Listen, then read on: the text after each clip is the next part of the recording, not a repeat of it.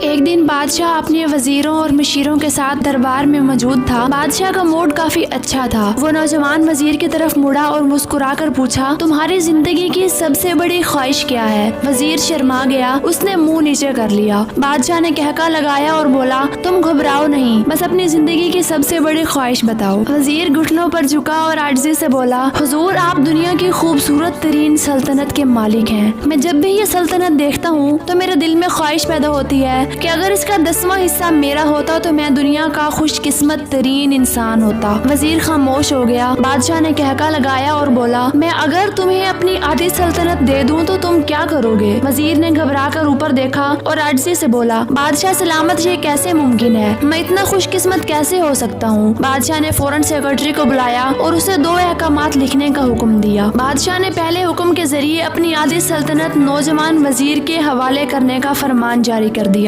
دوسرے حکم میں بادشاہ نے وزیر کا سر قلم کرنے کا آرڈر دے دیا۔ وزیر دونوں احکامات پر حیران رہ گیا۔ بادشاہ نے احکامات پر مہر لگائی اور وزیر کی آنکھوں میں آنکھیں ڈال کر بولا، تمہارے پاس 30 دن ہے۔ تم نے ان 30 دنوں میں صرف 3 سوالوں کے جواب تلاش کرنے ہیں۔ تم کامیاب ہو گئے تو میرا دوسرا حکم منسوخ ہو جائے گا اور تمہیں آدھی سلطنت مل جائے گی، اور اگر تم ناکام ہو گئے تو پہلا حکم خارج سمجھا جائے گا اور دوسرے حکم کے مطابق تمہارا سر اتار دیا جائے گا۔ وزیر کی حیرت پریشانی میں بدل گئی۔ بادشاہ نے اس کے بعد کہا، میرے 3 سوال لکھ لو۔ وزیر نے لکھنا شروع کیا۔ بادشاہ نے کہا، انسان کی زندگی کی سب سے بڑی سچائی کیا ہے؟ وہ رکا اور بولا، دوسرا سوال، انسان کی زندگی کا سب سے بڑا دھوکہ کیا ہے؟ وہ رکا اور پھر بولا، تیسرا سوال، انسان کی زندگی کی سب سے بڑی کمزوری کیا ہے؟ بادشاہ نے اس کے بعد نکارے پر چوٹ لگوائی اور بآواز بلند کہا، تمہارا وقت شروع ہوتا ہے۔ وزیر نے دونوں پروانے اٹھائے اور دربار سے دوڑ لگا دی۔ اس نے اس شام ملک بھر کے دانشور، ادیب، مفکر اور ذہین لوگ جمع کیے اور سوال ان کے سامنے رکھ دیے۔ ملک بھر کے دانشور ساری رات بحث کرتے رہے، لیکن وہ پہلے سوال پر ہی کوئی رائے قائم نہ کر سکے۔ وزیر نے دوسرے دن دانشور بڑھا دیے، لیکن نتیجہ وہی نکلا۔ وہ آنے والے دنوں میں لوگ بڑھاتا رہا، مگر اسے کوئی تسلی بخش جواب نہ مل سکا، یہاں تک کہ وہ مایوس ہو کر دارالحکومت سے باہر نکل گیا۔ وہ سوال اٹھا کر پورے ملک میں پھرا، مگر اسے کوئی تسلی بخش جواب نہ مل سکا۔ وہ مارا مارا پھرتا رہا، شہر شہر، گاؤں گاؤں کی خاک چھانتا رہا۔ شاہی لباس پھٹ گیا، پگڑی ڈھیلی ہو کر گردن میں لٹک گئی، جوتے پھٹ گئے اور پاؤں میں چھالے پڑ گئے، یہاں تک کہ شرد کا آخری دن آ گیا۔ اگلے دن اس نے دربار میں پیش ہونا تھا۔ وزیر کو یقین تھا یہ اس کی زندگی کا آخری دن ہے، کل اس کی گردن کاٹ دی جائے گی اور جسم شہر کے مرکزی پل پر لٹکا دیا جائے گا۔ وہ مایوسی کے عالم میں دارالحکومت کی کچی آبادی میں گیا۔ آبادی کے سرے پر ایک فقیر کی جھونپڑی تھی۔ وہ گرتا پڑتا اس کٹیا تک پہنچ گیا۔ فقیر سوکھی روٹی پانی میں ڈبو کر کھا رہا تھا، ساتھ ہی دودھ کا پیالہ پڑا تھا اور فقیر کا کتا دودھ پی رہا تھا۔ فقیر نے وزیر کی حالت دیکھی، کہکا لگایا اور بولا، جناب عالی، آپ صحیح جگہ پہنچے ہیں، آپ کے 3 سوالوں کے جواب میرے پاس ہیں۔ وزیر نے حیرت سے اس کی طرف دیکھا اور پوچھا،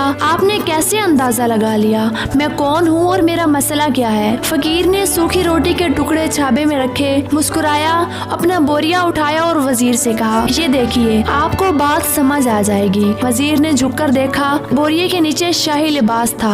یہ وہ لباس تھا جو بادشاہ اپنے قریب ترین وزراء کو عنایت کرتا تھا۔ فقیر نے کہا، جناب عالی، میں بھی اس سلطنت کا وزیر ہوتا تھا، میں نے بھی ایک بار آپ کی طرح بادشاہ سے شرط لگانے کی غلطی کر لی تھی، نتیجہ اب آپ خود دیکھ لیجئے۔ فقیر نے اس کے بعد سوکھی روٹی کا ٹکڑا اٹھایا اور دوبارہ پانی میں ڈبو کر کھانے لگا۔ وزیر نے دکھی دل سے پوچھا، کیا آپ بھی جواب تلاش نہیں کر سکے تھے؟ فقیر نے کہکا لگایا اور جواب دیا، میرا کیس آپ سے مختلف تھا، میں نے جواب ڈھونڈ لیے تھے، میں نے بادشاہ کو جواب بتائے، آدھی سلطنت کا پروانہ پھاڑا، بادشاہ کو سلام کیا اور اس کٹیا میں آ کر بیٹھ گیا۔ میں اور میرا کتا دونوں مطمئن زندگی گزار رہے ہیں۔ وزیر کی حیرت بڑھ گئی، لیکن یہ سابق وزیر کی حماقت کے تجزیے کا وقت نہیں تھا، جواب معلوم کرنے کی گھڑی تھی۔ چنانچہ وزیر فریادی بن گیا اور اس نے فقیر سے پوچھا، کیا آپ مجھے سوالوں کے جواب دے سکتے ہیں؟ فقیر نے ہاں میں گردن ہلا کر جواب دیا، میں پہلے 2 سوالوں کا جواب مفت دوں گا، لیکن تیسرے جواب کے لیے تمہیں قیمت ادا کرنا ہوگی۔ وزیر کے پاس شرط ماننے کے سوا کوئی آپشن نہیں تھا، اس نے فوراً ہاں میں گردن ہلا دی۔ فقیر بولا، دنیا کی سب سے بڑی سچائی موت ہے، انسان کوئی بھی ہو، کچھ بھی ہو، وہ اس سچائی سے نہیں بچ سکتا۔ وہ رکا اور بولا، انسان کی زندگی کا سب سے بڑا دھوکہ زندگی ہے، ہم میں سے ہر شخص زندگی کو دائمی سمجھ کر اس کے دھوکے میں آ جاتا ہے۔ فقیر کے دونوں